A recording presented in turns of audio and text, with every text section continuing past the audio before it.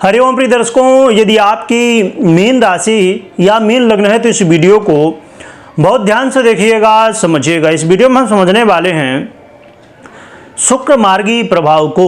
शुक्र अब बहुत ही महत्वपूर्ण स्थिति में जाने वाले हैं, क्योंकि आप जानते हैं कि शुक्र लंबे समय से मीन राशि में गोचर कर रहे हैं, परंतु ये वक्री अवस्था की वजह से कुंभ का फल दे रहे थे।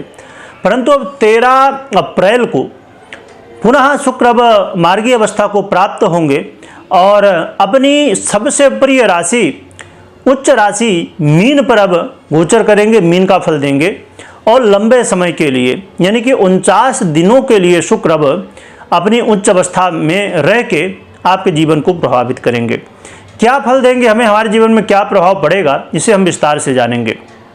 प्रिय दर्शकों, शुक्र का यह गोचर काल आपके जीवन में बहुत महत्वपूर्ण रोल निभाने वाला है। जो कि देखा जाए तो शुक्र वैसे तो आपके अष्टमेश बनते हैं और साथ में आपके तृतीयेश भी हैं, तो जो कि बहुत अच्छे ग्रह नहीं माने जाते शुक्र आपके लिए, परंतु जो ग्रह स्थिति बनने जा रहे उसके प्रभाव से कहीं न कहीं इसका लाभ भी आपको मिल सकेगा। क्या सावधानी रखनी होगी, क्या लाभ मिलेगा, कैसे क्या होगा, सभी कुछ जानेंगे। प्रिय दर्शकों, शुक्र का ये जो गोचर काल है ये मीन राशि यानी कि आपकी ही राशि में होने जा रहा है।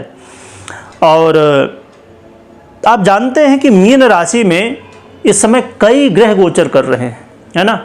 शनि राशि परिवर्तन की वीडियो यदि आपने इस चैनल में देखी होगी तो उसमें हमने डिटेल से बात की थी, कौन कौन से कैसे कैसे ग्रह गोचर कर रहे हैं और कौन कौन से योग बन रहे हैं। परंतु अब शुक्र द्वारा क्या कौन से योग बनेंगे, आइए जानते हैं।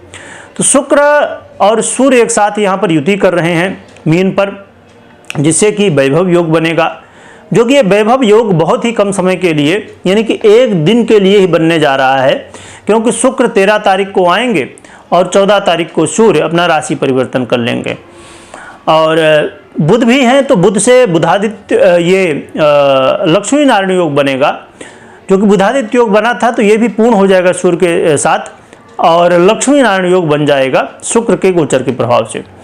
तो यहाँ पर ये जो लक्ष्मी नारायण योग है ये 7 मई तक रहेगा, इसके बाद ये भी पूर्ण हो जाएगा क्योंकि बुध का परिवर्तन हो जाएगा। और यहाँ पर शनि भी रहने वाले हैं, जिसकी वजह से सुंदर भार्या योग जो कि ये बना रहेगा जब तक शुक्र है, यानी कि 31 मई तक शुक्र यहाँ रहेंगे। तो 31 मई तक यानी 31 मई तक ये योग बना रहेगा। इसके अलावा देखा जाए तो राहु भी हैं तो लंपट योग बनाए हैं, तो ये 18 मई को ही पूर्ण हो जाएगा। तो ये कुछ योग बनने वाले हैं, परंतु इन सभी योगों से भी श्रेष्ठ योग बनने वाला है जो कि बड़े राजयोगों में से एक कहलाता है। पंच महापुरुष योगों में से एक योग है, जिसे कि कहा जाए कि एक ऐसा ये योग है कि आपके जीवन में बड़ा रोल निभाता है। इसे मालव्य योग के नाम से जानते हैं। ये मालव्य योग एक ऐसा योग है कि यदि आपकी जन्म कुंडली में पूर्ण रूप से अनुकूल होके, यानी कि देखिए योग के भी बहुत सारे नियम हैं, बहुत सारी स्थितियां होती हैं, परंतु यदि वास्तविकता में ये योग बना हो पूर्ण रूप से और फिर उसका फल आपको जब मिलना शुरू होता है तो बहुत ही श्रेष्ठ जीवन में स्थितियां बनती हैं। व्यक्ति अपने जीवन में सभी सुखों को प्राप्त कर लेता है। जो कि मीन वालों के लिए ये उतना अच्छा प्रभाव नहीं देता है, क्योंकि ये आपके अष्टमेश और तृतीयेश बनते हैं, परंतु फिर भी जब भी कोई स्थिति बनती है तो उसका प्रभाव भी हमें देखने को मिलता है। हाँ, कई बार किसी को कम, किसी को ज़्यादा।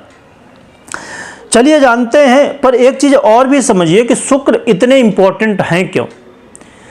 क्योंकि आप थोड़ा यदि नज़र डालेंगे तो आपका विवाह यदि होना है तो शुक्र का हाथ है।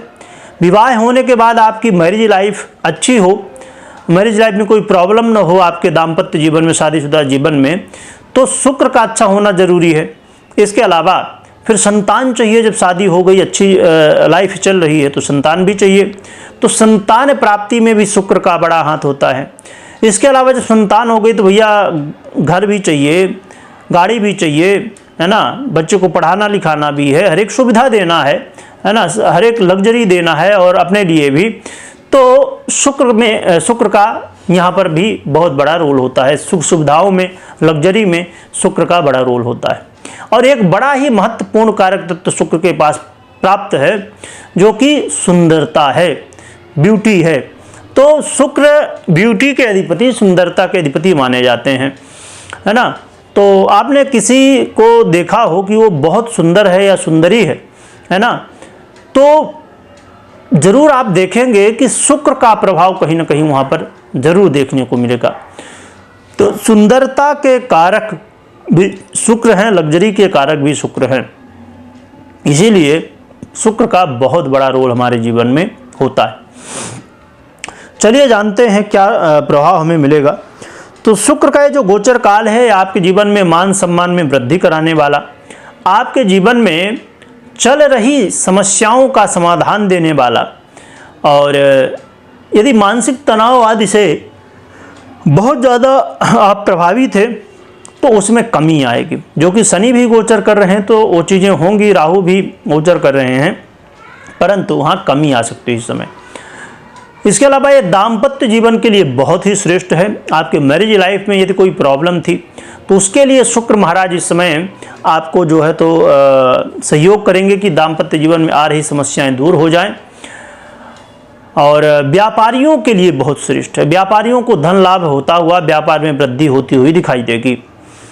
हाँ, यहाँ पर आपको कुछ चीज़ों का ध्यान रखना है कि आपको जल्दबाजी नहीं करनी है। आपको जल्दबाजी के साथ साथ ये ध्यान में रखिए कि ये शरीर है, भगवान ने जो दिया है ये अनमोल है ना, इसीलिए इसका कोई मूल्य नहीं है। कोई चीज़ें जब अनमोल होती हैं ना तो उसका मूल्य ही नहीं होता, क्योंकि उसका मूल्य चुकाना सबके लिए संभव नहीं होता। तो ये शरीर जो दिया है तो इसे स्वस्थ रखने की पूर्ण कोशिश करिए, है ना। शरीर को स्वस्थ रखिए, इस समय स्वास्थ्य का ध्यान रखिए। यात्रा कहीं कर रहे हैं तो थोड़ा उसमें भी ध्यान रखिएगा।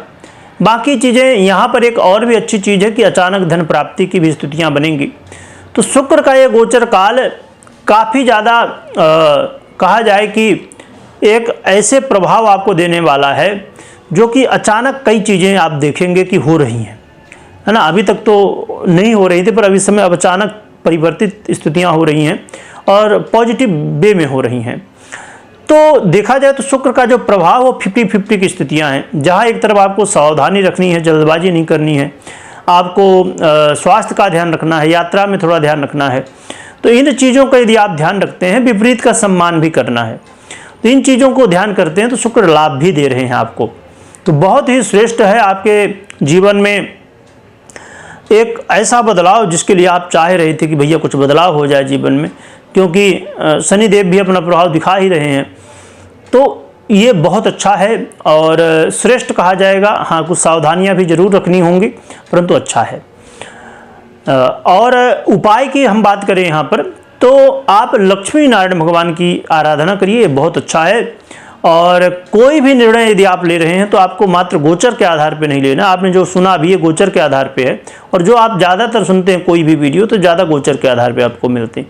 तो आपको अपने पर्सनल जन्म कुंडली विश्लेषण के बिना कोई भी निर्णय नहीं लेना। आपने जन्म कुंडली का विश्लेषण कराइए या तो करिए, इसके बाद ही निर्णय लीजिए, है ना। क्योंकि देखिए, दोनों आपकी ये गोचर कुंडली जो आपने सुनी और पर्सनल कुंडली, ये दोनों ही मिलकर प्रभाव देती हैं आधा आधा, इसलिए दोनों को समझना बेहद ज़रूरी है। वीडियो देखने के लिए बहुत बहुत धन्यवाद।